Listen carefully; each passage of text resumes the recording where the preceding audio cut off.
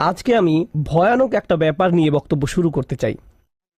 আমাদের ধর্ম হলো সত্য ধর্ম, আর সত্য সুখবর যেমন প্রদান করে তেমনি সাবধান বাণীও প্রদান করে। আমাদের সকল নবী রাসূলদের, বিশেষত রাসূলুল্লাহ সাল্লাল্লাহু আলাইহি সাল্লামকে আল্লাহ আজ্জা জাল্লা বর্ণনা করেছেন মুবাশশিরান ওয়া নাযিরান, সুসংবাদদাতা ও সতর্ককারী। যদি কেউ শুধু সুসংবাদ প্রদান করেন তাহলে সে সাবধান বাণীর কথা ভুলে যাবে, আর যদি শুধু সতর্ক করতে থাকেন তাহলে সে এতই হতাশ হয়ে পড়ে যে মনে করে ভালো খবর বলতে আসলে কিছু নেই। বুঝতে পারলেন? আমি চেষ্টা করেছি এই ভারসাম্য রক্ষা করার। যেহেতু এই মাসটি প্রত্যাশার মাস, তাই আমি সুসংবাদের উপর একটু বেশি জোর দিয়েছি। আল্লাহ আজ্জা জাল্লার প্রতি আমাদের আশা এবং ভালোবাসা বৃদ্ধি করার চেষ্টা করেছি, কিন্তু এই একই সময়ে এর মাঝে একটা ভারসাম্য থাকতে হবে। যদিও আজকের বক্তব্যের শেষ অংশে আসার খবর আছে, কিন্তু শুরু করছি এমন একটা জায়গা থেকে যা অতটা আশাব্যঞ্জক নয়। দেখুন, আমাদের পূর্বের জাতি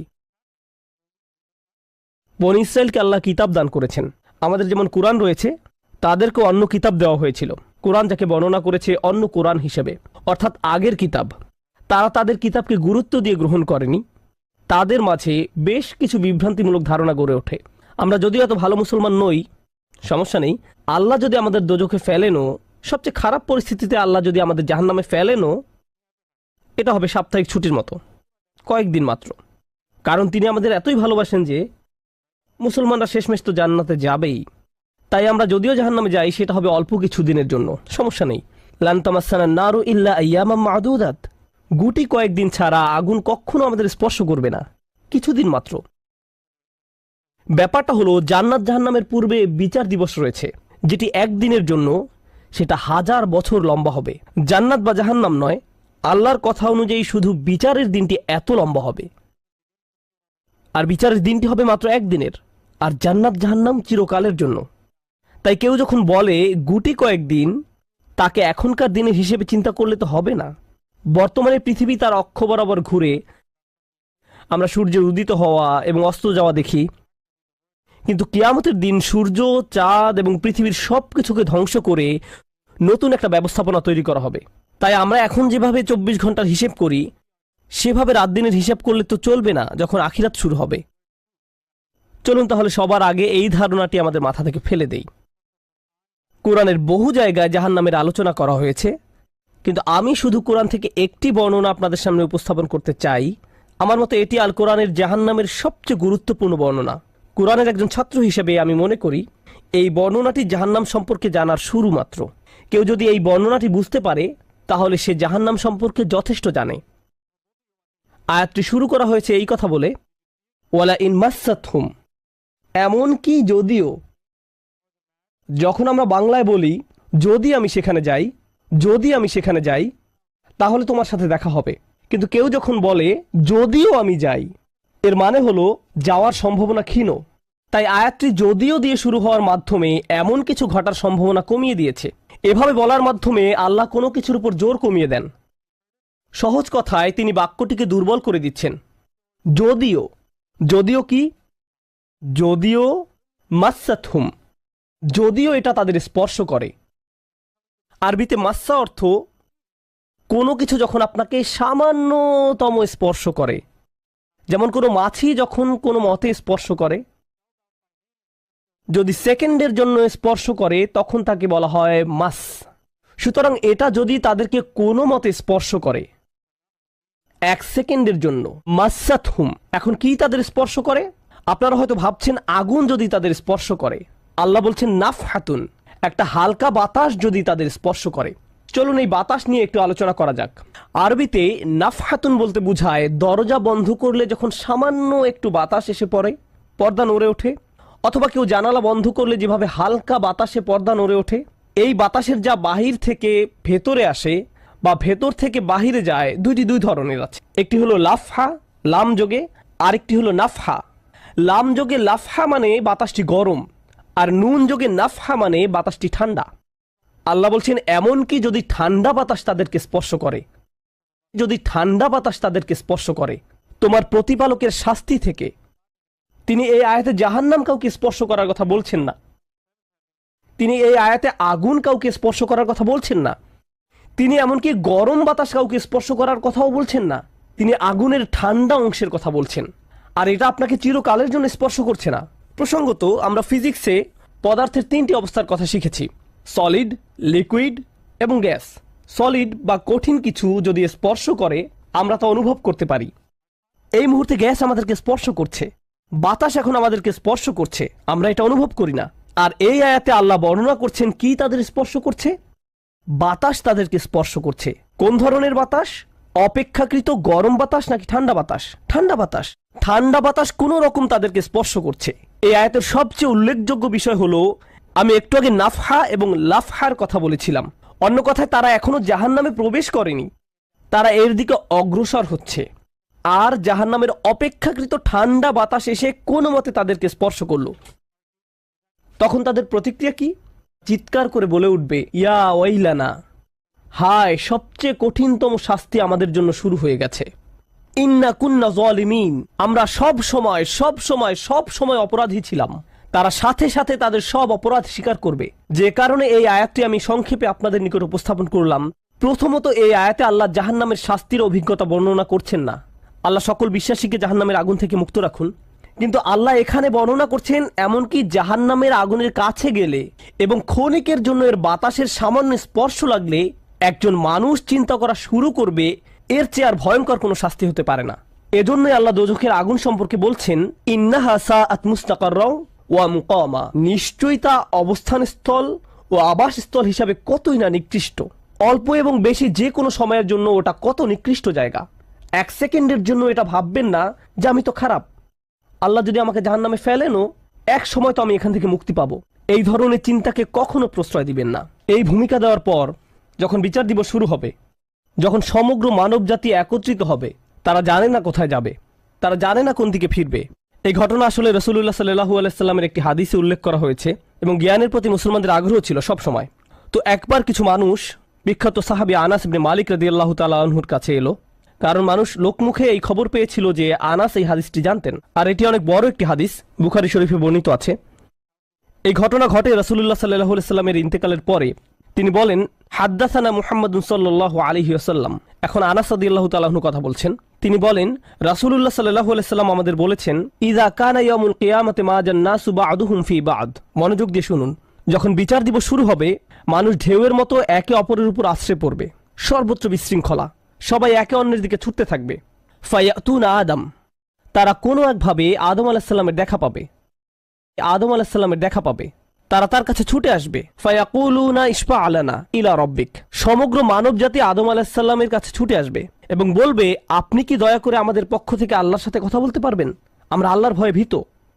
আপনি তো প্রথম মানুষ, আপনি তো সেই ব্যক্তি যাকে আল্লাহ ফেরেশতাদের সিজদা দিয়ে সম্মানিত করেছেন, আপনাকেই তো পছন্দ করা হয়েছে, আমরা সবাই আপনার সন্তান, আপনি আমাদের পিতা, তাই দয়া করে আমাদের জন্য আল্লাহর সাথে কথা বলুন, আমরা খুবই ভীত। এরপর তিনি বলবেন, ফায়াকুলু লাস্তু লাহা, তিনি বলবেন, আমি এর যোগ্য নই, আমি পারবো না। ফায়াকুলু লাস্তু লাহা ওয়ালাকিন আলাইকুম বিইব্রাহিম, তোমরা কেন ইব্রাহিমের সাথে কথা বলছো না? তোমাদের উচিত ইব্রাহিমের সাথে কথা বলা। অতএব মানব জাতি এখন কার খোঁজ করছে? ইব্রাহিম আলাইহিস সালাম। ফাইন্নাহু খলিলুর রহমান, তার কাছে যাও, কারণ তিনি রহমানের খুবই কাছের বন্ধু। ওয়াত্তাখাযাল্লাহু ইব্রাহিমা খলিলা, কোরআনে এসেছে আল্লাহ ইব্রাহিমকে তার বন্ধুরূপে গ্রহণ করেছেন। তাই ইব্রাহিমের কাছে যাও, তিনি তোমাদের সাহায্য করতে পারবেন। তারা ইব্রাহিমের কাছে যাবেন। ফায়াতুনা ইব্রাহিমা ফায়াকুলু লাস্তু লাহা, তারা ইব্রাহিমের কাছে গেলে তিনি বলবেন, আমি এর যোগ্য নই, আমাকে এই কাজের জন্য তৈরি করা হয়নি, আমি তোমাদের জন্য আল্লাহর সাথে কথা বলতে পারবো না। ওয়ালাকিন আলাইকুম বিমূসা, তোমরা কেন মূসা আলাইহিস সালামের কাছে যাচ্ছ না? তো মানব জাতি মূসা আলাইহিস সালামের কাছে দৌড়ে যাবে। ফাইন্নাহু কালিমুল্লাহ, তিনি আল্লাহর সাথে অনেক কথা বলতেন। ওয়া কাল্লামাল্লাহু মূসা তাকলিমা, আর আল্লাহ মূসার সাথে কথা বলেছেন সরাসরি। সুতরাং তিনি যেহেতু আল্লাহর সাথে কথা বলতে অভ্যস্ত, আজকে তো কথা বলার উত্তম সময়, তিনি তোমাদের পক্ষ থেকে আল্লাহর সাথে কথা বলবেন। ফায়াতুনা মূসা ফায়াকুলু লাস্তু লাহা, মানব জাতি দৌড়ে মূসা আলাইহিস সালামের কাছে যাবে, তিনি বলবেন, আমি এর যোগ্য না, আমি পারবো না। ওয়ালাকিন আলাইকুম বিঈসা, তোমরা ঈসা আলাইহিস সালামের কাছে কেন যাচ্ছ না? ফাইন্নাহু রূহুল্লাহ ওয়া কালিমাতুহু, তিনি হলেন আল্লাহর দেওয়া রূহ এবং তিনি আল্লাহর কালিমা, আল্লাহর হুকুমে তিনি অলৌকিকভাবে জন্মগ্রহণ করেন। কুন ফায়াকুন, অতএব তিনি যেহেতু সকল রাসূলদের মাঝে বিশেষ মর্যাদার অধিকারী, তার কাছে যাও, তার সাথে কথা বলো। সকল মানুষ দৌড়ে ঈসা আলাইহিস সালামের কাছে যাবে। ফায়াকুলু লাস্তু লাহা, তিনি বলবেন, আমি পারবো না, এই কাজ আমার জন্য নয়, আমাকে এই কাজের জন্য তৈরি করা হয়নি। তারপর তিনি বলবেন, ওয়ালাকিন আলাইকুম বি মুহাম্মাদিন সাল্লাল্লাহু আলাইহি ওয়াসাল্লাম, মানবজাতি তোমাদেরকে মুহাম্মদ সাল্লাল্লাহু আলাইহি সাল্লামের কাছে যেতে হবে। মানুষেরা তখন রাসূলুল্লাহ সাল্লাল্লাহু আলাইহি সাল্লামের কাছে যাবে। এখন রাসূল সাল্লাল্লাহু আলাইহি সাল্লাম আমাদের বলছেন, ফায়াতুনি ফাআকুল, সবাই তখন আমার কাছে আসবে আর আমি তাদেরকে বলবো। এখন রাসূল সাল্লাল্লাহু আলাইহি সাল্লাম আমাদের বলছেন, আনা লাহা, আমার জন্য এই কাজ, আমি এই কাজের যোগ্য। আনা লাহা ফাআস্তাযিনু আলা রব্বি। প্রসঙ্গত আমি আপনাদেরকে আরো বলার পূর্বে বিচার দিনের একটা দৃশ্য হলো, আল্লাহ বলেন, ইয়াউমা ইয়াকুমুর রূহু ওয়াল মালাইকাতু সাফফান লা ইয়াতাকাল্লামুনা ইল্লা মান আযিনা লাহুর রহমান ওয়া ক্বালা সাওয়াবা। যেদিন রূহ ও ফেরেশতাগণ সারিবদ্ধভাবে দাঁড়াবে, এমন এক সময় থাকবে যখন কেউ কথা বলতে পারবে না। এমন এক ধরনের নীরবতা, এমন নীরবতা বিরাজ করবে যার কথা মানবজাতি কোনোদিন শোনেনি। এমন ধরনের নীরবতার অস্তিত্ব কখনো কোনোদিন ছিল না। সেই রকম পিনপতন নীরবতায় আল্লাহ বলেন, লা ইয়াতাকাল্লামুন, কেউ কথা বলতে পারবে না, ইল্লা মান আযিনা লাহুর রহমান, দয়াময় আল্লাহ যাকে অনুমতি দিবেন সে ব্যতীত। আর তিনি হলেন মুহাম্মদুর রাসূলুল্লাহ সাল্লাল্লাহু আলাইহি সাল্লাম। তিনি এমন সময় আল্লাহর কাছে আসবেন যখন সৃষ্টির কারো একটি শব্দ করার অনুমতি থাকবে না, সৃষ্টির কারো কোনো আওয়াজ শোনা যাবে না। তিনি আল্লাহর সামনে এসে আল্লাহর কাছে কথা বলার অনুমতি চাইবেন। ফায়ুযানু লি, তিনি বলেন আমাকে কথা বলার অনুমতি দেওয়া হবে। ওয়ায়ুলহিমুনি মাহামিদা আহমাদাহু বিহা লা ইয়াহদুরুনিল আন, সেই দিন আল্লাহ আমাকে স্পেশাল একটি দোয়ার মাধ্যমে তার প্রশংসা, তার কৃতজ্ঞতা করা শেখাবেন, যেটি বিচার দিবসে আমাকে দেওয়া হবে, যা এর পূর্বে কাউকে দেওয়া হয়নি, কোনো সৃষ্টিকে দেওয়া হয়নি। এক স্পেশাল ওয়াহি রাসূলুল্লাহ সাল্লাল্লাহু আলাইহি সাল্লামকে দেওয়া হবে বিচার দিবসে, যা কোনো সৃষ্টিকে দেওয়া হয়নি। আর তিনি সেই দিন সে স্পেশাল উপায়ে আল্লাহর প্রশংসা করবেন, লা ইয়াহদুরুনিল আন, আর সেই ওহী এখনো আমার কাছে আসেনি, সেই দোয়া এখনো আমি জানি না। ফা আহমাদাহু বিতিলকাল মাহামিদ, তারপর আমি আল্লাহর দেওয়া সেই স্পেশাল বাক্যগুলোর মাধ্যমে আল্লাহর প্রশংসা করব। ওয়া আখিরু লাহু সাজিদান, আমি সেই বাক্যগুলো উচ্চারণ করার পর আল্লাহর সমীপে সিজদায় অবনত হব। কিয়ামতের দিনের দৃশ্যপটে রাসূলুল্লাহ সাল্লাল্লাহু আলাইহি সাল্লাম এমন জায়গায় থাকবেন, এই অবস্থাকে বলা হয় মাকাম মাহমুদা, একটা স্টেশন, অথবা বলতে পারেন এমন একটা স্টেজ যা প্রশংসিত, আর মানবজাতি সেটা প্রত্যক্ষ করবে। আমরা সবাই এটা দেখতে পাবো। আমরা সবাই তখন নিশ্চুপ থাকব, আর তিনি সিজদায় পড়ে যাবেন। তিনি যখন সিজদায় পড়ে যাবেন তখন আল্লাহ আযজা ওয়া জাল্লা তার সাথে কথা বলবেন। এতক্ষণ তিনি আল্লাহর সাথে কথা বলছিলেন, এখন আল্লাহ আযজা ওয়া জাল্লা তার সাথে কথা বলবেন। তিনি কি বলবেন? ইয়া মুহাম্মদ ইরফা রাসাকা, তিনি বলবেন, মুহাম্মদ তোমার মাথা উত্তোলন করো। ওয়াকুল, বলো, ইউসমা আলাকা, তোমার কথা শোনা হবে। শুধু যে আল্লাহ তার কথা শুনবেন তা নয়, বরং বিচার দিনে উপস্থিত সবাই তার কথা শুনতে পাবে। ইউসমা আলাক, তারপর আল্লাহ বলেন, ওয়াসাল তুতা, চাও তোমাকে দেওয়া হবে, তুমি যা চাও দেওয়া হবে। কিয়ামতের দিন আল্লাহর একটি সৃষ্টি কেমন পজিশনে থাকলে আমরা সবাই যখন আল্লাহর নিকট ভিক্ষা চাচ্ছি, আতমিম লানা নূরানা ওয়াগফির লানা, হে আমাদের পালনকর্তা, আমাদের নূরকে পূর্ণ করে দিন এবং আমাদেরকে ক্ষমা করুন, এই কথা বলে আমরা আল্লাহ আযজা ওয়া জাল্লার কাছে কাকুতি মিনতি করতে থাকব। আর এখানে আল্লাহ তার এই সৃষ্টিকে বলছেন, তুমি চাও, তুমি যা চাও আমি দিব, সাল তুতা। এই হলো আমাদের রাসূল সাল্লাল্লাহু আলাইহি সাল্লাম। তারপর আল্লাহ বলবেন, ওয়াশফা, তুমি যদি কারো পক্ষ থেকে কথা বলতে চাও, তুমি যদি কারো ব্যাপারে সুপারিশ করতে চাও, যাও সুপারিশ করো। তুশাফা, আমি তোমাকে অন্য মানুষদের পক্ষ হয়ে কথা বলার অধিকার দিলাম। তুশাফা, এই গ্যারান্টি আল্লাহ তার রাসূল সাল্লাল্লাহু আলাইহি সাল্লামকে দিয়েছেন। ফাকুলু ইয়া রব, তখন আমি বলবো, ইয়া রব, উম্মতি উম্মতি, তিনি সর্বসাকুল্যে এই কথা বলবেন, এটাই তার সম্পূর্ণ বাক্য, আমার উম্মাহ, আমার উম্মাহ, আমার মানুষ, আমার মানুষ। কিয়ামতের দিন সবাই বলবে, নাফসি নাফসি, আমি নিজে, আমি নিজে, আমি নিজে। আল্লাহর নবীরা যারা মানুষকে আল্লাহর দ্বীনে আনার জন্য দিবারাত্রি পরিশ্রম করে গিয়েছেন, যেমন ইব্রাহিম আলাইহিস সালাম, যার এই দুনিয়ায় থাকাকালীন সময়ে শুধু একটাই উদ্বেগ ছিল মানুষের মুক্তি, বিচারের দিনে তিনি বলবেন, না, যাও অন্য কোথায় যাও, যাও মুসার সাথে কথা বলো। মুসা আলাইহিস সালাম, যিনি বনি ইসরাইল নিয়ে চিন্তিত ছিলেন, তিনি বলবেন, না, যাও ঈসার সাথে গিয়ে কথা বলো। আর আমাদের রাসূল সাল্লাল্লাহু আলাইহি সাল্লাম বলবেন, প্রসঙ্গত কোরআনে কিয়ামত দিবসের যে ভয়াবহতার কথা বর্ণনা করা হয়েছে তা একবার চিন্তা করে দেখুন। ইয়াউমা তারাউনাহা তাযহালু কুল্লু মুরদিআতিন আম্মা আরদাআত, প্রত্যেক মা যে তার বাচ্চাকে দুধ খাওয়াচ্ছে তার বাচ্চাকে ফেলে দিবে যেন সে কিছুই না। ইয়াফিরুল মারউ মিন আখিহি ওয়া উম্মিহি ওয়া আবিহি, সেদিন মানুষ তার ভাইয়ের কাছ থেকে পালাবে, মায়ের কাছ থেকে পালাবে, বাবার কাছ থেকে পালাবে। ওয়া সাহিবাতিহি ওয়া বানিহি, তার স্ত্রীর কাছ থেকে পালাবে, ছেলেমেয়ের কাছ থেকে পালাবে। আপনাদের কেউ কেউ হয়তো ইতিমধ্যে স্ত্রীর কাছ থেকে পালিয়ে বেড়ান, তাই আপনাদের কাছে হয়তো এটা অতটা ভীতিপ্রদ নয়। এই আয়াত হয়তো আপনার জন্য ভয়ের নয়, কেউ কেউ ভাবছে অবশেষে। যাই হোক, সমস্ত গুরুত্বের সাথে সেই দিন সবাই কাকে নিয়ে উদ্বিগ্ন থাকবে? নিজেকে নিয়ে। প্রকৃতপক্ষে সেদিন প্রত্যেক ব্যক্তি বলবে, ওমান ফিল আরদি জামিআ সুম্মা ইউনজিহ, সবাইকে জাহান্নামে নিয়ে যান এবং বিনিময়ে আমাকে জান্নাতে প্রবেশ করতে দিন। এটাও কোরআনে এসেছে। মানুষ সেদিন এমন মরিয়া হয়ে উঠবে, সেদিন একজন মানুষ আল্লাহর সাথে কথা বলবেন, আর প্রথম যে শব্দগুলো তার মুখ থেকে উচ্চারিত হবে তা হলো উম্মতি উম্মতি। আপনার জন্য আপনার রাসূলের ভালোবাসা এমনই প্রগাঢ় সাল্লাল্লাহু আলাইহি সাল্লাম। আমার উম্মাহ, আমার উম্মাহ। যদি আমরা তাকে ভালোবেসে থাকি, তাহলে যেই উম্মতের জন্য আল্লাহ রাসূলের এত ভালোবাসা, সেই উম্মতের জন্য আমাদের অন্তরে কিভাবে এত ঘৃণার বাস হয়? কিভাবে সম্ভব এটা? কিভাবে আমাদের পরস্পরের প্রতি এত ক্রোধ, বিচার, সমালোচনা, বিভক্তি, বিদ্বেষ, অনুমান, অহংকার? আর এই মানুষগুলো দাবি করে তারা রাসূলুল্লাহ সাল্লাল্লাহু আলাইহি সাল্লামকে ভালোবাসে। এইসব তুচ্ছ বিষয় ভুলে যেতে এই ভালোবাসা কি যথেষ্ট নয়? আমাদের কোন পার্থক্যগুলো এর চেয়ে বড়? তো যখন রাসূলুল্লাহ সাল্লাল্লাহু আলাইহি সাল্লাম বলবেন উম্মতি উম্মতি, আল্লাহ সুবহানাহু ওয়া তাআলা বলবেন ফায়াকুলু ইনতালিক ফাআখরিজ মিনহা মান কানা ফি কলবিহি মিসকালা শাইরাতিন মিন ঈমান। মনোযোগ দিয়ে শুনুন, যাও এখান থেকে বের করে নাও যাদের অন্তরে ঈমান আছে, এমনকি এখানে শারিয়া মানে বার্লি দানা, যা সামান্য একটু লম্বা হয়, যাদের অন্তরে এতটুকু পরিমাণ ঈমানও আছে, যে কোনো ঈমান যদি তাদের অন্তরে থেকে থাকে, তাহলে তাদেরকে বের করে নাও। আপনি এগিয়ে যান এবং বের করে নিন। দৃশ্যপটটি কল্পনা করুন, রাসূলুল্লাহ সাল্লাল্লাহু আলাইহি সাল্লাম মানুষকে রাখছেন, যাও যাও যাও, তিনি তাদেরকে সরিয়ে নিচ্ছেন। কিছু মানুষকে নিয়ে যাওয়ার পর ফেরেশতারা থামিয়ে দিলেন, কারণ কারো কারো ঈমান এর চেয়েও ছোট।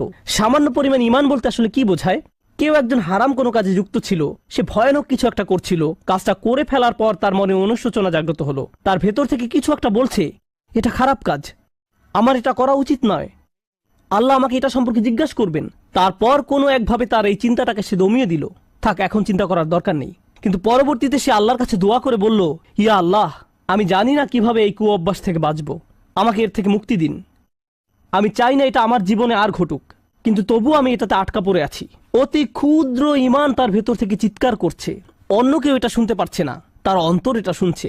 আর আল্লাহ আজ্জা জাল্লা বলছেন, তারা যদি এতটুকু ঈমানও দেখাতে পারে, আপনি এগিয়ে যান, তাদেরকে বের করে নিয়ে আসুন। আপনি তাদেরকে বের করে নিয়ে আসুন। আর তিনি যখন এভাবে মানুষদেরকে বের করে নিয়ে আসবেন, তখন ফেরেশতারা একসময় থামিয়ে দিবেন, কারণ অনেক মানুষের অন্তরে এতটুকু ঈমানও নেই, সামান্য অনুতাপটুকু তাদের অন্তরে ছিল না। থামিয়ে দিবেন, ফাআনতালিক ফাফআল, আমি গিয়ে এমনই করব, সুম্মা আউদ, তারপর আমি ফিরে আসব। অর্থাৎ ফেরেশতারা থামিয়ে দিবে, আর অন্য মানুষেরা সেখানে কাঁদতে থাকবে, আমাদের কি হবে, আমাদের কি হবে। তারপর রাসূলুল্লাহ সাল্লাল্লাহু আলাইহি সাল্লাম ফেরত আসবেন, ফাআহমাদাহু বিতিলকাল মাহামিদ, অতঃপর আমি পুনরায় সেসব প্রশংসা বাক্য দ্বারা আল্লাহর প্রশংসা করব। লক্ষ্য করুন, প্রথমবার তিনি প্রার্থনা করার জন্য অনুমতি চেয়েছিলেন, তাই না? দ্বিতীয়বারের বেলায় অনুমতির কোনো উল্লেখ নেই। লক্ষ্য করেছেন, তিনি আসলে সাথে সাথে আল্লাহর প্রশংসা করা শুরু করবেন। আল্লাহ কি তাকে এমনটি করতে বলেছেন? না, এটা হলো নিজ উম্মতের প্রতি তার অপরিসীম ভালোবাসার বহিঃপ্রকাশ। তিনি আবারও আল্লাহর প্রশংসা করা শুরু করবেন, এই আশায় যে আল্লাহ তাকে অটোমেটিক অনুমতি দিবেন। সুম্মা আখিরু লাহু সাজিদান, আর সিজদায় পড়ে যাব। ফায়াকুলু ইয়া মুহাম্মদ, আমাকে বলা হবে, হে মুহাম্মদ, ইরফা রাসাকা, তোমার মাথা উঠাও। কুল ইউসমা লাকা, বলো তোমার কথা শোনা হবে। ওয়াসাল তুতা, চাও তোমাকে আবার দেওয়া হবে।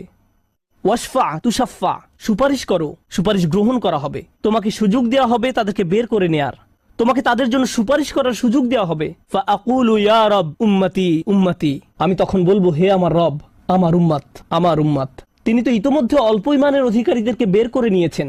ফায়াকুলু ইনতালিক, এরপর আল্লাহ বলবেন, এগিয়ে যাও। ফাআখরিজ মিনহা মান কানা ফি কলবিহি মিসকালা যাররাতিন আও খারদালাতিন মিন ঈমান, তোমাকে সুযোগ দেওয়া হবে তাদেরকে বের করে নেয়ার, সুপারিশ গ্রহণ করা হবে। যাদের অন্তরে এক বিন্দু পরিমাণ ঈমান আছে, বালির দানা নয়, বালির দানা তো এতটুকু লম্বা, বরং বিন্দু পরিমাণ। খারদালা মানে সরিষার দানা, অতি ক্ষুদ্র বিন্দুর মতো। আর যখন আল্লাহ বলছেন এর ওজনের মতো, বর্তমানে আমাদের কাছে ডিজিটাল ওজন মাপার যন্ত্র আছে, আগের দিনে পাল্লা ছিল, তাই আপনি যখন এক মুষ্টি চাল এক পাল্লায় রাখতেন, সেটা হয়তো তেমন একটা ঝুঁকতো না। যদি একটু বেশি করে চাল রাখতেন, তখন একটু ঝুঁকতো। এখন ডিজিটাল ওজন মাপার যন্ত্র দিয়ে গ্রাম, কিলোগ্রাম মাপা হয়। এমনকি সামান্য কয়েক দানা রাখলেও যন্ত্রের স্ক্রিনে ভেসে উঠে 0.001 গ্রাম। এখন শুধু একটি চাল রেখে দেখুন, বা একটি সরিষার দানা রেখে দেখুন, স্ক্রিনে কিছু ভেসে উঠে কিনা? কিছুই হয় না, কিছুই হয় না। আর আল্লাহ বলছেন, আমি তোমার সুপারিশের কারণে, রাসূলুল্লাহ সাল্লাল্লাহু আলাইহি সাল্লামের দোয়ার কারণে এমন মানুষদেরকেও মুক্তি দিব যাদের ঈমান এমনকি এই দুনিয়ায়ও মাপা যায় না, এই দুনিয়ায়ও মাপা যায় না। প্রসঙ্গত আপনি যদি একটি দানা খান বুঝতে পারবেন যে কিছু খেয়েছেন? আপনি এমনকি বুঝতেও পারবেন না। এটা হলো এমন ধরনের ঈমান যার আছে এটা সে নিজেও ভালোভাবে বুঝতে পারে না, এমনকি তারা নিজেরাও ঠিকমতো বুঝে উঠতে পারে না যে ঈমান আছে, আর অন্যরা কিভাবে বুঝবে? আর কেউ যদি একটি দানা আহার করে এটা তাদের পুষ্টি সাধনে তেমন কোনো ভূমিকা রাখতে পারে না, এটা শরীরের জন্য যথেষ্ট পরিমাণের খাবার নয়। ঠিক তেমনি যার সরিষার দানা পরিমাণ ঈমান ছিল, সেই ঈমানও একটি ভালো জীবন অতিবাহিত করার জন্য তা যথেষ্ট ছিল না, কিন্তু তাদের অন্তরের কোনো এক জায়গায় একটি ঈমানের বাস ছিল। আল্লাহ বলছেন, তুমি এমন যাদেরকে পাও তাদেরকেও বের করে নিয়ে আসো। ফাখরিজহু ফাআনতালিক, আমি যাব এবং তাই করব। আর এটা বিশাল এক জনগোষ্ঠী যারা আল্লাহর কাছ থেকে দূরে সরেছিল, তাদের ভেতরে একেবারে ক্ষুদ্র কিছু ঈমান ছিল। এরপর তো আর কিছু নেই মনে হচ্ছে, ঘটনা শেষ। কিন্তু রাসূলুল্লাহ সাল্লাল্লাহু আলাইহি সাল্লাম এখানেই থেমে যাননি। ফাআহমাদাহু বিতিলকাল মাহামিদ সুম্মা আখিরু লাহু সাজিদান, তিনি এখানেই থেমে যাননি, তিনি আবারও ফিরে যাবেন এবং আমি সেসব প্রশংসা বাক্য দিয়ে আল্লাহর প্রশংসা করব এবং আবারও সিজদায় পড়ে যাব। ফায়াকুলু ইয়া মুহাম্মদ ইরফা রাসাকা, আমাকে বলা হবে হে মুহাম্মদ মাথা উঠাও। ওয়াকুল ইসমা আলাকা, বলো তোমার কথা শোনা হবে। ওয়াসাল তুতা, চাও দেয়া হবে। আল্লাহ আজ্জা ওয়া জাল্লা সহজেই বলতে পারতেন তুমি তো ইতিমধ্যে চেয়েছো এবং তোমাকে দেয়া হয়েছে, কিন্তু তৃতীয়বারের মতো রাসূলুল্লাহ সাল্লাল্লাহু আলাইহি সাল্লামকে বলা হচ্ছে ওয়াশফা তুশাফা, এগিয়ে যাও, মানুষের জন্য সুপারিশ করো, গ্রহণ করা হবে, তোমাকে তাদের পক্ষে চাওয়ার সুযোগ দেওয়া হবে, আমি তোমাকে এটা দিচ্ছি। ফাআকুলু ইয়া রব উম্মতি উম্মতি, আমার উম্মাত আমার উম্মাত। এখন চলুন এখানে একটু থামি। যদি আপনি এই সুযোগ পেতেন, আল্লাহ যদি আপনাকে বলতেন তুমি যা চাও তাই পাবে, তুমি চাও দেয়া হবে, যা কিছুই তুমি চাও না কেন, আমাদের বিশাল একটা লিস্ট আছে। রাসূলুল্লাহ সাল্লাল্লাহু আলাইহি সাল্লামকে এই সুযোগ কয়বার দেয়া হয়েছে? কত মিলিয়ন মানুষকে ইতিমধ্যে রক্ষা করা হয়েছে। তৃতীয়বার তো তিনি নিজের জন্য কিছু চাইতে পারতেন। আমরা তো মানুষ, আল্লাহ যদি বলেন চাও আমি দিব, আর এই মানুষটি আল্লাহর সামনে দাঁড়িয়ে আছেন আর তাকে বলা হচ্ছে, কিন্তু তারপরেও তার জিহ্বায় উম্মাহ উম্মতি উম্মতি, তো আল্লাহ বলবেন ফায়াকুলু ইনতালিক, সামনে এগিয়ে যাও। ফাখরিজ মান কানা ফি কলবিহি আদনা আদনা আদনা মিসকাল হাব্বাতিন খরদালিম মিন ঈমান, যাও সামনে এগিয়ে যাও এবং এমন প্রত্যেক ব্যক্তিকে বের করে আনো যার একটি সরিষার অতি ক্ষুদ্র অতি ক্ষুদ্র অংশ পরিমাণ ঈমান আছে। এত ক্ষুদ্র বিন্দু যাকে আপনারা হয়তো মাইক্রোস্কোপিক বলবেন, যদি তাদের এক অ্যাটম বা এক সাব অ্যাটমিক কণার পরিমাণ ঈমান থাকে, এই পৃথিবীতে যা দেখা শোনা বা উপলব্ধি করা সম্ভব নয়, যদি তাদের গভীর অবচেতন মনের কোথাও কণা পরিমাণ ঈমান থাকে, যদি তাদের ততটুকু ঈমান থাকে, এগিয়ে যাও এবং তাদের বের করে নিয়ে আসো। যদি তাদের অন্তরে এতটুকু ঈমান থাকে, তো আল্লাহ রাসূলুল্লাহ সাল্লাল্লাহু আলাইহি সাল্লামকে বলবেন ফাআখরিজহু মিনান নার, তাদেরকে আগুন থেকে বের করে আনো। কথাটা মনোযোগ দিয়ে শুনুন, তাদেরকে কোথা থেকে বের করে আনো? আগুন থেকে। অর্থাৎ কিছু মানুষ ইতোমধ্যে জাহান্নামে পতিত হয়ে গেছে। অনেক মানুষ এই হাদিস পড়ে মনে করে আমরা জাহান্নাম থেকে মুক্তি পেয়ে যাব, আগুন আমাদের স্পর্শ করবে না, কিন্তু হাদিস এই কথা বলছে না। রাসূলুল্লাহ সাল্লাল্লাহু আলাইহি সাল্লাম আল্লাহর কাছে কাকুতি মিনতি করছেন, আর এই দিনটি হবে 50,000 বছর লম্বা। অনেক মানুষের বিচার ইতিমধ্যে হয়ে গেছে, আর আমি আপনাদেরকে সেই আগুন সম্পর্কে শুরুতে বলেছিলাম, আপনি যদি এর বাতাসের স্পর্শ পান 1 সেকেন্ডেরও কম সময়ের জন্য, আপনার মনে হবে এর চেয়ে ভয়ঙ্কর আর কোনো শাস্তি হতে পারে না। আর আল্লাহ রাসূল সাল্লাল্লাহু আলাইহি সাল্লাম সেই মানুষগুলোর জন্য আশা ছেড়ে দেননি, তাদের জন্য হতাশ হয়ে পড়েননি। প্রসঙ্গত তারা মুসলিম, তারা কিন্তু মুসলিম, কারণ রাসূল সাল্লাল্লাহু আলাইহি সাল্লাম কি বলছেন, তার মুখ থেকে কোন কথাগুলো উচ্চারিত হয়েছে? উম্মতি উম্মতি। আগুনের মানুষগুলো মুসলমান, ওই মানুষগুলো অমুসলিম নয়, মুসলিম। তো রাসূল সাল্লাল্লাহু আলাইহি সাল্লাম বলেন ফাআনতালিকু ফাআফআল, আমি যাব এবং সেটাই করব। প্রসঙ্গত রাসূলুল্লাহ সাল্লাল্লাহু আলাইহি সাল্লামের এই কথার সাথে হাদিসের সমাপ্তি হলো। আনাস ইবনে মালিক রাদিয়াল্লাহু তাআলা আনহু তার কাছে আসা লোকদেরকে এতটুকু বর্ণনা করলেন। ফাকুলতু লিবাদি আসহাবিনা, হযরত আনাসের কাছে হাদিস শিখতে আসা একজন বলল, আমি আমার কিছু সঙ্গীকে বললাম, লাউ মারারনা বিল হাসান ওয়া হুয়া মুতাওয়ারিন ফি মানজিলি আবি খলিফা, চলো আমরা হাসান বসরির কাছে যাই। আমরা হাদিসটি আনাসের কাছ থেকে শুনেছি, কিন্তু আমরা জানি এই হাদিসটি হাসানও জানেন, চলো আমরা তার কাছে যাই। প্রসঙ্গত আনাস রাদিয়াল্লাহু তাআলা আনহুর তখন অনেক বয়স হয়ে গিয়েছিল, এই হাদিসে কতবার রাসূল সাল্লাল্লাহু আলাইহি সাল্লাম আল্লাহর কাছে গেলেন? 3 বার।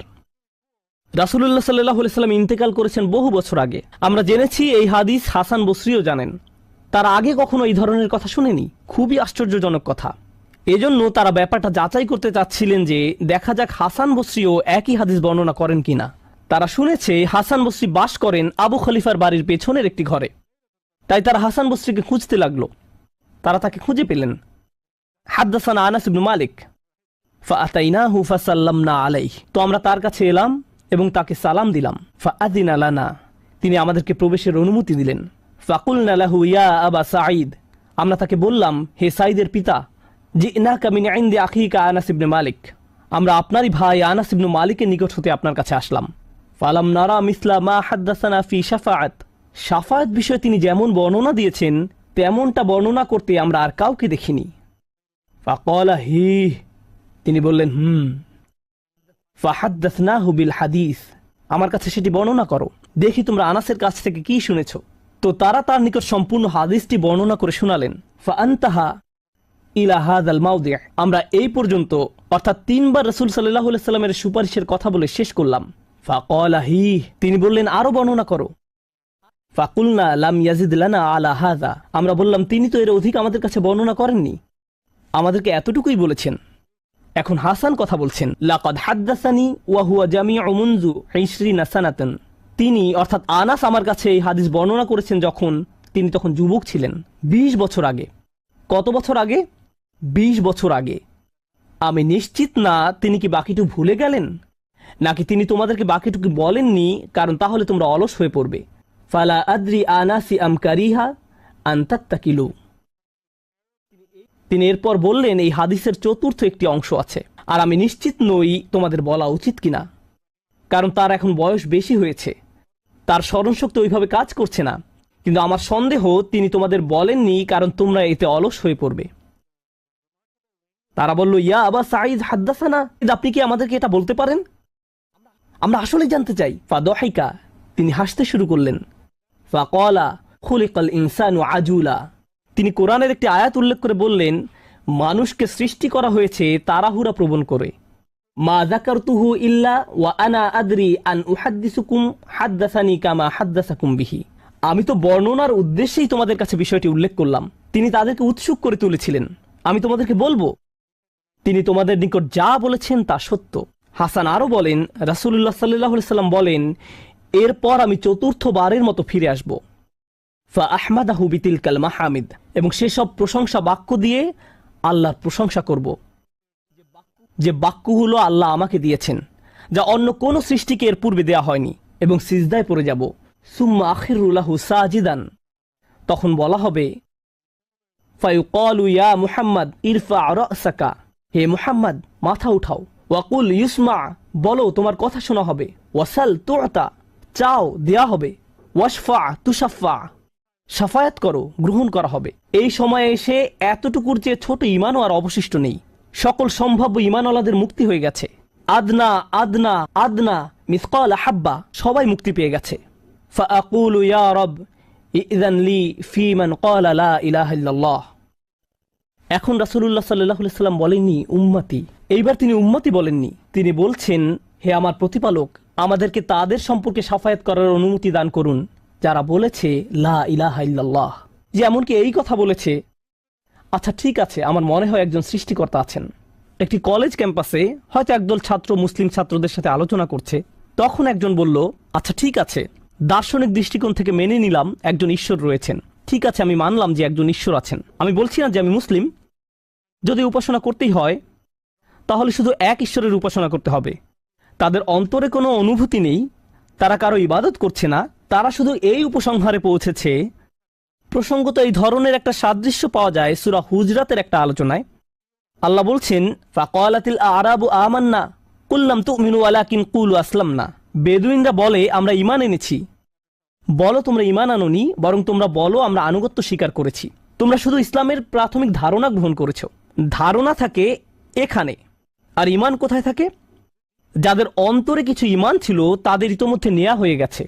এখন যাদের মাথায় কিছু ধারণা ছিল যে একজন রব আছেন, তারা কোনোদিন ধর্ম প্র্যাকটিস করেনি, তারা ধর্মীয় কোনো কাজই করেনি, তারা শুধু এই ধারণা মেনে নিয়েছিল যে শুধু একজন প্রভুর উপাসনা করতে হবে। রাসূলুল্লাহ সাল্লাল্লাহু আলাইহি ওয়াসাল্লাম বলছেন, যে কেউ এই সিদ্ধান্তে আসবে যে কেউ বলবে লা ইলাহা ইল্লাল্লাহ, তার জন্য শাফায়াত করার অনুমতি দান করুন। আল্লাহ বলবেন, ফায়াকুলু ও ইজ্জতি ও জালালি ও কিবরিয়াই ও আযীমাতি।